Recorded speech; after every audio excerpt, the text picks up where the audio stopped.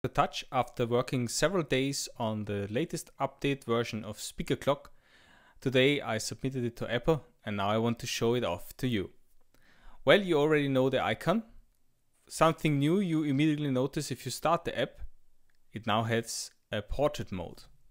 Up until now you have known this mode, but if you turn the iPhone, no matter which direction, you always have an appropriate screen.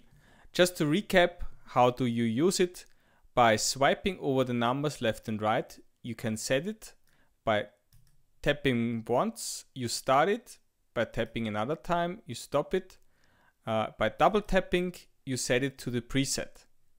So you have a preset of 18, that's the default. But for example, if I want to have a different amount, you just set the numbers and then you push and hold the preset button.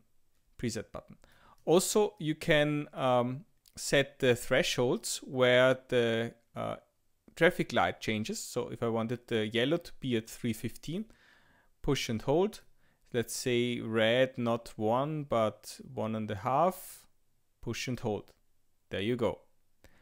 One thing that's new, you see there's a plus button at the top. Some people want to have more than one preset.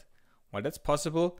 If you just push the plus, you can purchase an in-app upgrade to get 5 presets.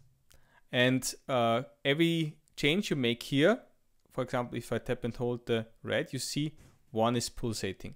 So if I go to, say, 2 and want to set it here for 5, yellow, see how 2 is pulsing? Okay, that's it for the iPhone app. You see all I've spent lots of work to get this really smooth and the space is correct and all of that. But what I'm really proud of is this is also my first universal app. So I can change my simulator to iPad, and there we have SpeakerClock with a bigger icon and full screen HD. Yeah, so everything works the same. Swiping, presets. The one thing that I had to do a little bit work on is the about. See, that comes up in a window here.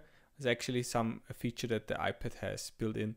I only needed to take care of some things like the changing of the frame, that this looks nice and stuff.